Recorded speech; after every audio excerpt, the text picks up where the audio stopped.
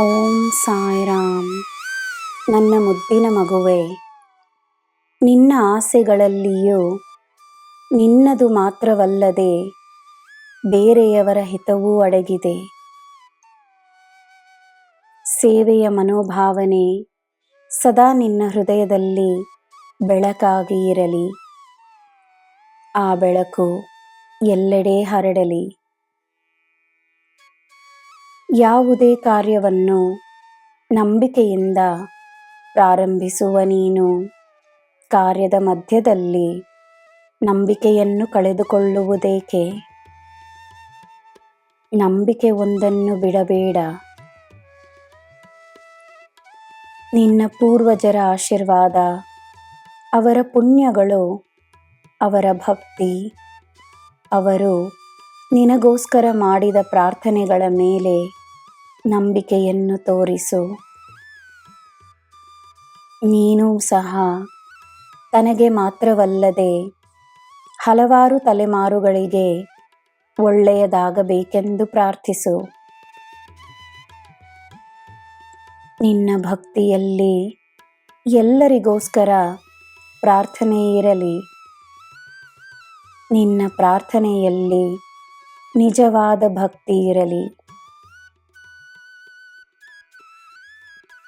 ಕೆಲವೊಮ್ಮೆ ನಿನ್ನ ಹಿತಕ್ಕಾಗಿ ಜನರು ಹೇಳುವ ಮಾತುಗಳು ನಿನಗೆ ಅರ್ಥವಾಗದೇ ಹೋಗಬಹುದು. ಯಾವುದೇ ನಿರ್ಧಾರವನ್ನು ಮಾಡುವ ಮುನ್ನ ನಿನಗೆ ಸಿಗುವ ಸಲಹೆಗಳಿಗೆ ಗಮನವನ್ನು ನೀಡು. ಪರಿಸ್ಥಿತಿಯನ್ನು ಸರಿಯಾಗಿ ಅರ್ಥ ಮಾಡಿಕೊಂಡ ಮೇಲೆ ನಿನ್ನ ನಿರ್ಧಾರವನ್ನು ಮಾಡು. ಜನರ ಸಲಹೆಗಳಾಗಿ ನಿನ್ನ ನಿರ್ಧಾರಗಳಾಗಿ ನಾನಿದ್ದೇನೆ. ಸೋಲು ಗೆಲುವು ಸಹಜವೇ.